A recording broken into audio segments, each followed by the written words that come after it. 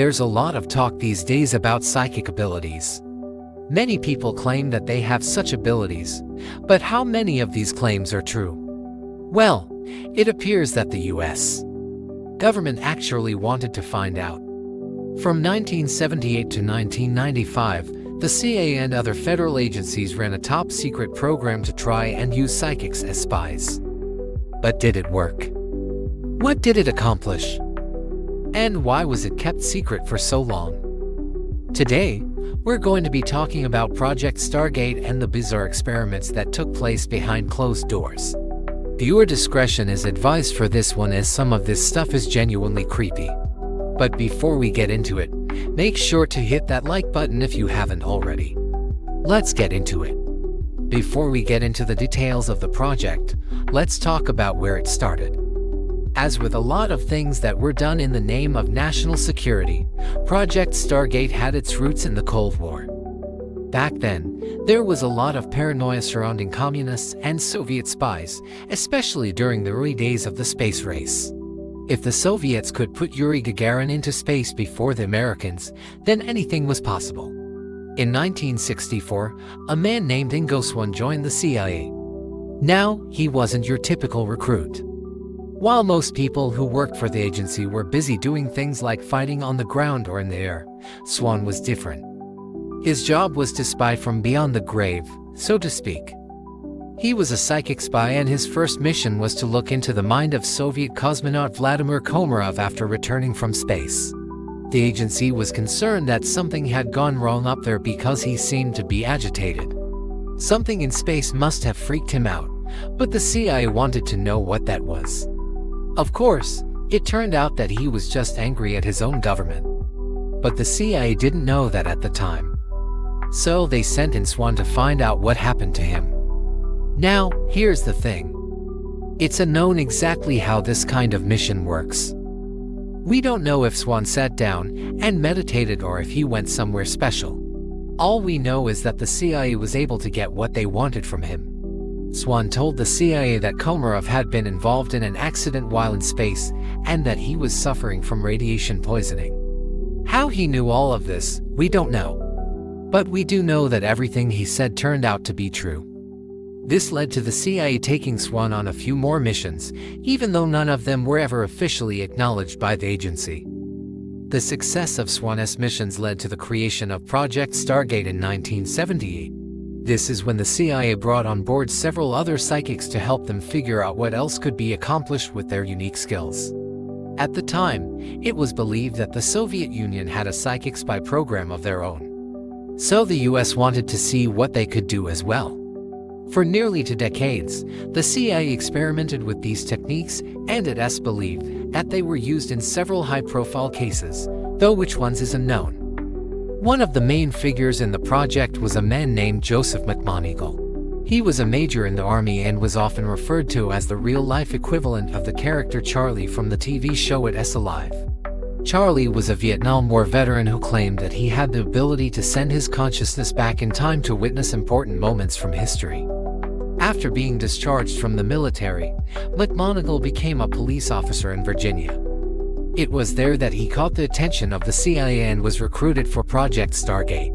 According to Moneagle, his first mission was in 1979 when he was asked to go back in time and find out what happened to Flight 007, a Korean Airlines plane that was shot down by the Soviet Union. The plane had been flying from New York to Seoul when it entered Soviet airspace. Despite repeated warnings from air traffic control, the pilots continued on their route and eventually the Soviets opened fire. All 269 people on board were killed. Now, at the time, the incident was still fairly recent and there wasn't much information available about it. But when McGinnigal went back in time to see what had happened, he was able to fill in a lot of the gaps. He said that he saw the plane being hit and then crashing into the water. But he also saw something else. He saw a man on board who had survived the crash and was swimming toward an island. McGinnigal said that he tried to warn the authorities about the survivor, but no one listened. They didn't want to believe that someone could survive a plane crash, let alone one that happened over international waters. But as it turned out, McGinnigal was right. A fisherman found the survivor 3 days later. After this mission, it's believed that McGinnigal went on to complete over 200 others, though we don't know much about them. One of the strangest missions he was allegedly involved in was Operation Sunshine. In 1982, the world was watching the news intently. A young woman named Jill Wine-Banks had been kidnapped in Colorado. Her abductor demanded a large sum of money for her return, and the FBI was desperate to find her. That's when they turned to McGinnigal. He was flown out to Colorado and taken to a remote location where he was instructed to close his eyes and concentrate on finding Banks. When he opened his eyes, he was reportedly able to tell the authorities where she was being held, and they were able to rescue her unharmed.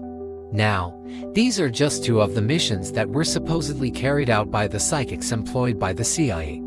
There were many others, but the details remain classified. What we do know is that in 1995, the project was officially shut down. The reason given was that the psychics weren't accurate enough to be useful. However, it's believed that there were other reasons why the program was cancelled. For one, it was extremely expensive. The CIA was spending millions of dollars a year on it, and they weren't getting much in return. Additionally, there was a lot of skepticism surrounding the project from within the agency. Many people didn't believe that psychic spies were real, let alone that they could be useful. And those people were probably right. Today, we can look back on Project Stargate and laugh at how silly it was. But at the time, it was taken very seriously by the CIA. In fact, they were so serious about it that they even wrote a manual on how to be a psychic spy. The manual was filled with instructions on how to develop your psychic abilities and how to use them for the government. It also contained information on how to report your findings as well as how to deal with the stress of being a psychic spy.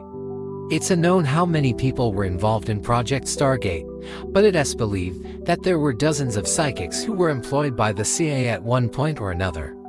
These people came from all walks of life and had a variety of different abilities. Some were able to see things from the future, while others could read minds. There were even some who claimed that they could speak to the dead. While none of these abilities have been scientifically proven to exist, that didn't stop the CIA from trying to use them.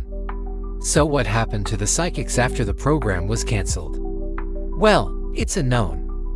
Some of them may have gone back to their normal lives, while others may have continued to develop their psychic abilities. It's even possible that the CIA kept some of them on as consultants. But that's just speculation. What do you think about Project Stargate? Did the CIA really try to use psychic spies? Or was it all just a hoax? Let me know in the comments below. I personally find it hard to believe that this program was real, but stranger things have definitely happened. And I wouldn't be surprised if there are more secrets that come out about it in the future. If you enjoyed this video, then make sure to check out my others for more. Thanks for watching.